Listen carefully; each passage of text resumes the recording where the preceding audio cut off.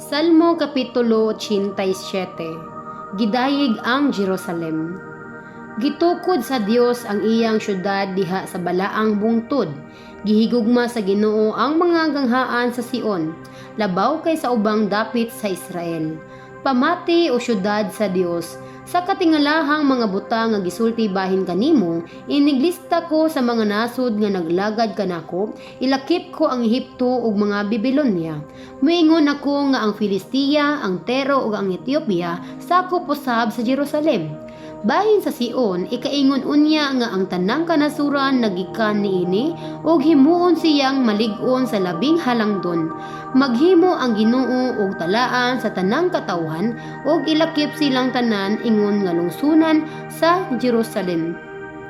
Ang mga mag-aawit ug mananayaw nag-ingon, sa Sion anaa ang tinubdan sa tanan natong panalangin.